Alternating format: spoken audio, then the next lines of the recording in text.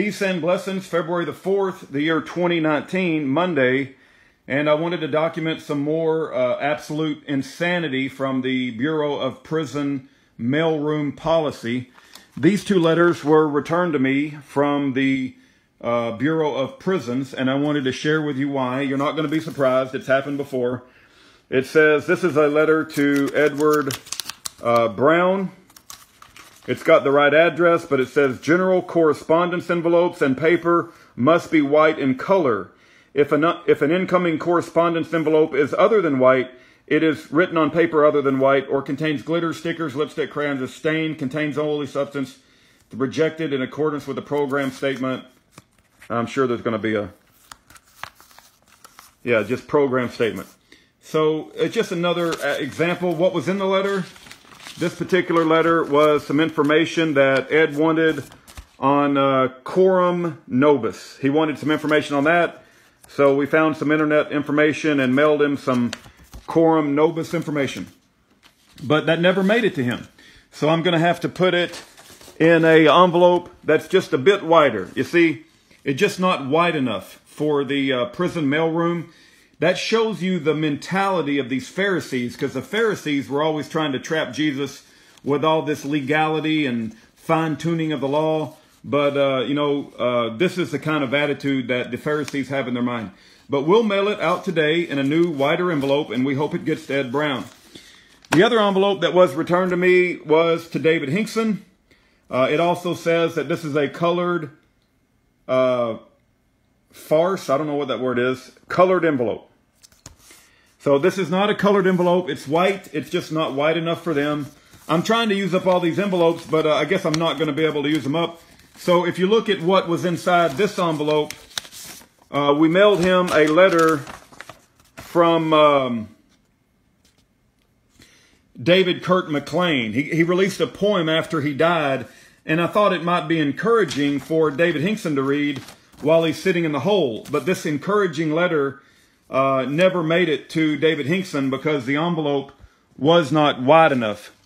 So we'll put this letter in this white envelope, and we'll get it out today in a wider envelope.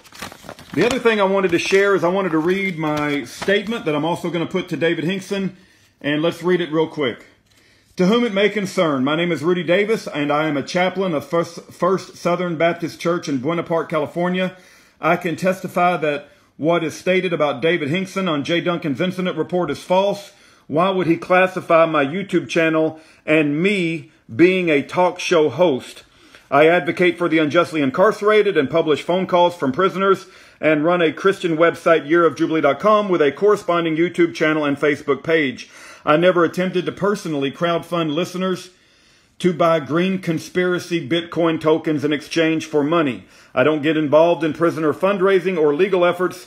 I hold the belief that our criminal justice system is broken and needs massive reform, and that many innocent people are in prison. America has 5% of the world's population, and yet we have 25% of the world's prison population. My website, yearofjubilee.com, has many resources making the argument that we need criminal justice reform and prison reform. From time to time, I point people to resources where people can donate to prisoner commissary or buy books or legal defense funds, but I do not, as a rule, get involved in those efforts directly. David Hinkson is a businessman and has incredible inventions that will benefit humanity, and David is always discussing how to develop those ideas. Imagine if Thomas Edison had been falsely accused of a crime before he invented the light bulb. I believe that is a similar analogy of what has happened to David Hinkson. Thomas Edison would want to work with his friends on the outside to continue to develop his inventions for the benefit of humanity. People that did not understand Thomas Edison would laugh at him and think he is crazy.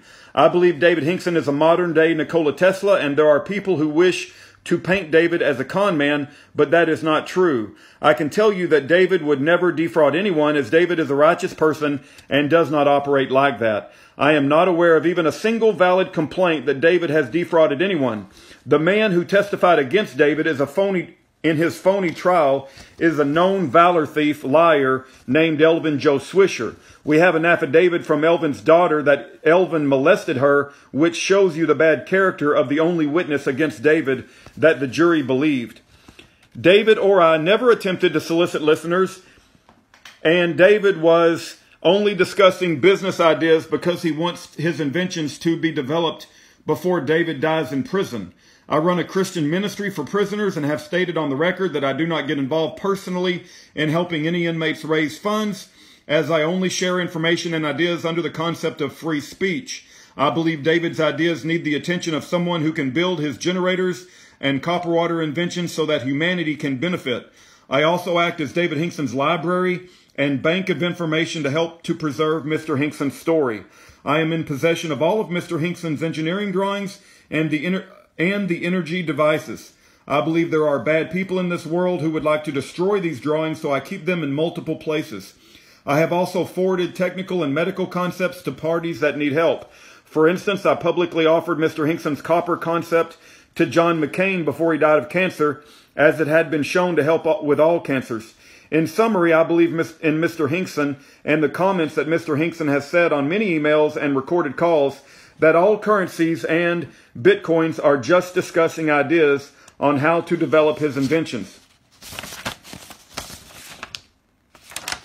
into reality while being incarcerated, not for defrauding anyone, but to help people. I believe that Mr. Hinkson has a degree in finance and had just finished reading Bitcoin for Dummies, and that we talk about many issues as Mr. Hinkson voices his opinion.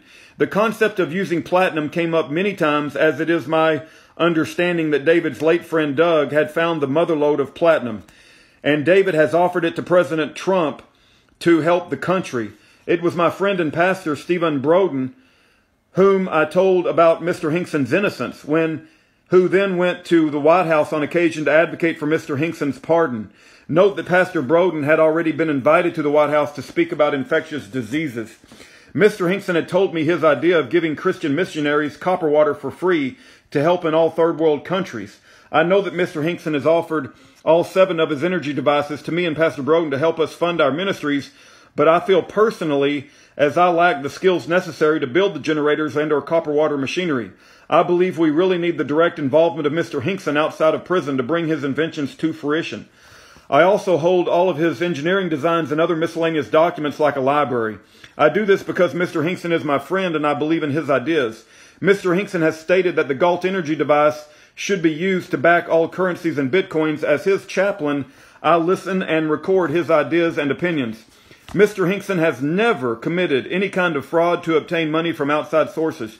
In fact, I posted hundreds of emails and letters on my website, LoneStar1776.com, from Mr. Hinkson. People have sent in testimonials about how Mr. Hinkson has helped them in their battle against cancer. My own first wife of 26 years died of cancer, so this is an important issue to me. Therefore, accusations accusing me using my name on the so-called incident report are a fraud. Also, I was the person who ordered and paid for a 606 number that was attached to Pastor Broden's phone so that Mr. Hinkson could be able to call him and thank him for going to the White House to pass along information on Mr. Hinkson's innocence.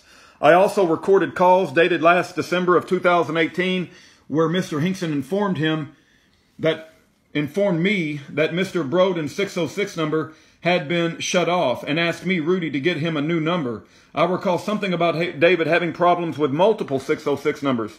It is very possible that the other numbers... I am concerned people who do not know David are trying to paint him in a bad light. That is not true. David Hinkson is not a con man and has not defrauded anyone. He is a brilliant man with ideas that could help all of us. I want the world to know David's story, and I should not be made to feel threatened or intimidated advocating for my friend, who I sincerely believe is innocent and unjustly incarcerated. If the prison system was indeed a righteous organization, they would not care if David and I continue to communicate with his ideas and about his ideas and his innocence. We are not trying to hurt or defraud anyone, and there are no victims. Signed, Rudy Davis.